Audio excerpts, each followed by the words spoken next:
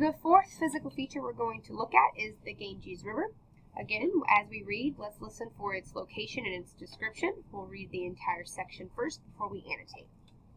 The Ganges River flows across most of northern India.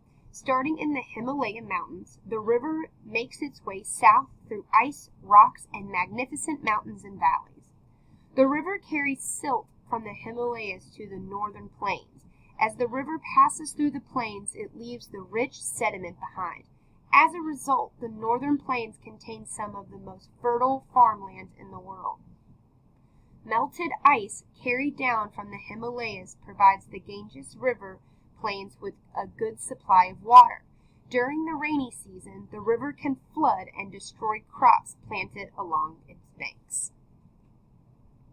Okay, so now we're going to go into the paragraphs and figure out what its location is.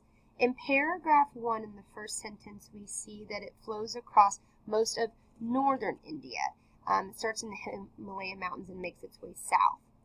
If we're looking for a description, in the first sentence of paragraph 2, it describes it as carrying silt.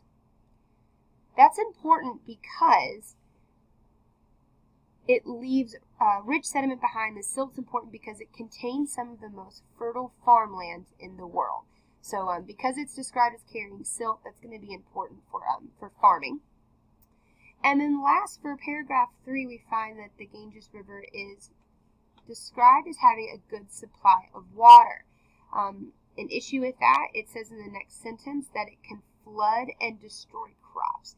So now that we have that information, let's think about our bigger question of how would this physical feature impact if people live here or if they would settle here. Having the most fertile farmland in the world sounds like it might be good for farming and providing resources.